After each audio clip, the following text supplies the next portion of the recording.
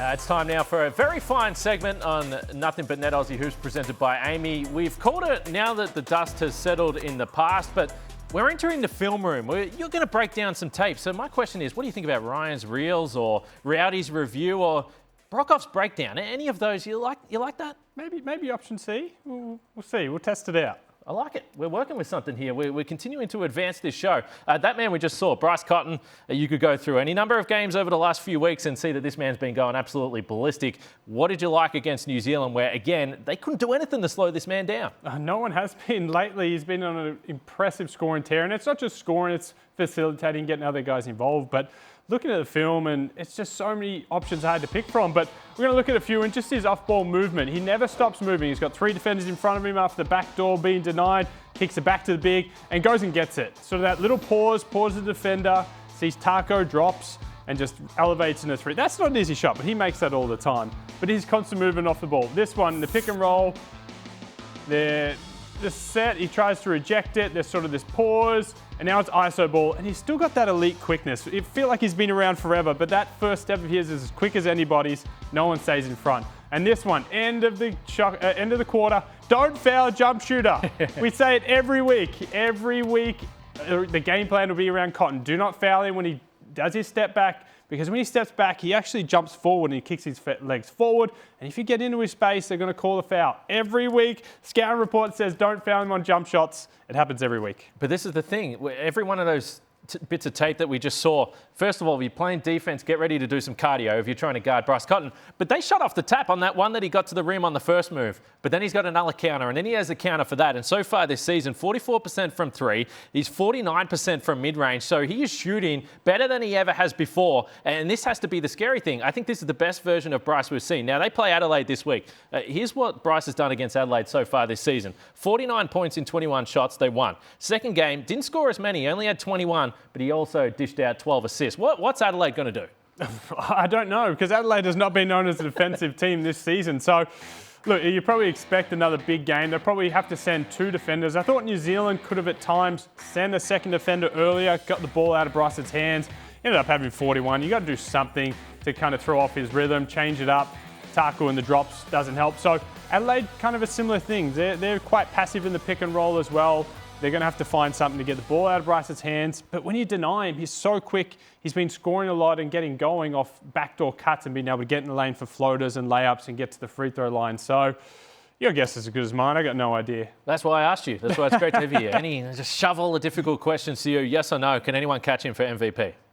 MVP, maybe. Scoring title, absolutely not. No, that would be scoring title number 8 for Bryce Cotton. Let's go to Sydney now. That's a really hot start from you. Cam Oliver, we've discussed him a lot. We just spoke to Olgun about Laupepi out of the lineup. Cam Oliver comes in to start. He still didn't play major minutes against Brisbane, but you liked what you saw. Yeah, I liked him. They tried to get him involved in a few different actions, and then towards the end of the game, he makes some big plays in that fourth to kind of get them over the line. But they're going to have to run some easy stuff, get him some touches early, make him feel confident in himself. And this was their first offensive play of the game. Just a simple action, dribble handoff into the back screen.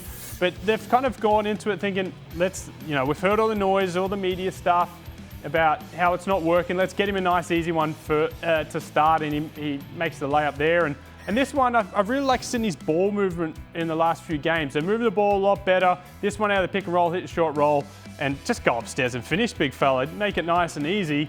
And as I was saying, towards the end of the game, ISO, game in the balance, being able to get in the lane, use his strength and size and elevate over to hit a big two when they needed it most. He had a couple of plays down the stretch to kind of help get them over the line, and he's going to be important. He may not play the 30, 35 minutes that you may think, but his role will have to increase with Pepe's injury. Yeah, so here's the follow-up question then, because what did you notice from that tape at home? He's using his physical size, he's getting to the rack, he's scoring into paint, whether it was assisted or he can do it himself. He's 66% at the rim this season. So even if he's only got to play 20 minutes, to me, I'm saying, look, if you're concerned about what he's going to do defensively, fine. But if you play him 20 minutes, get him 10 to 15 shots and let him go to work, is that how you would play it? Yeah, maybe not 15 and 20 minutes. That's some. He's just jealous.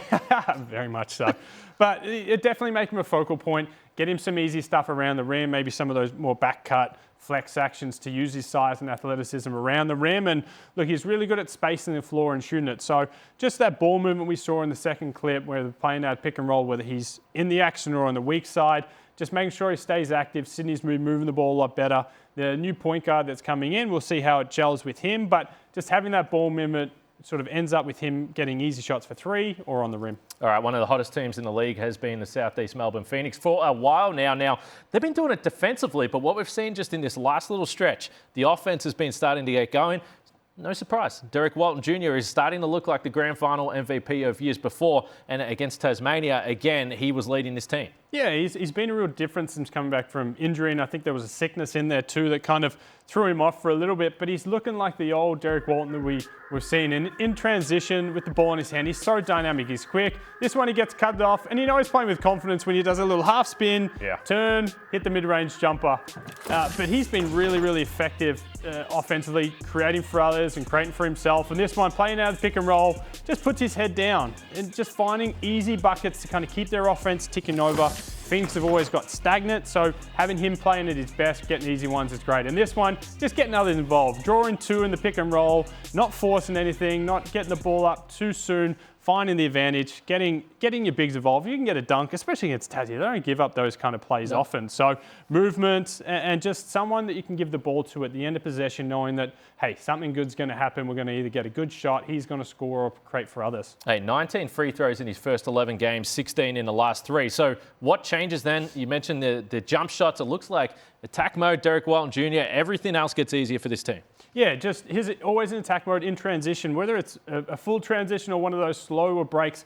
He's putting his head down, looking for gaps, looking to get into lane. And as you said, drawing a lot of fouls, getting to the free throw line, just being really efficient and effective in the way he plays. I'll tell you what, Broekhoff's breakdown, you talk about an all-star debut from this man. That was fantastic.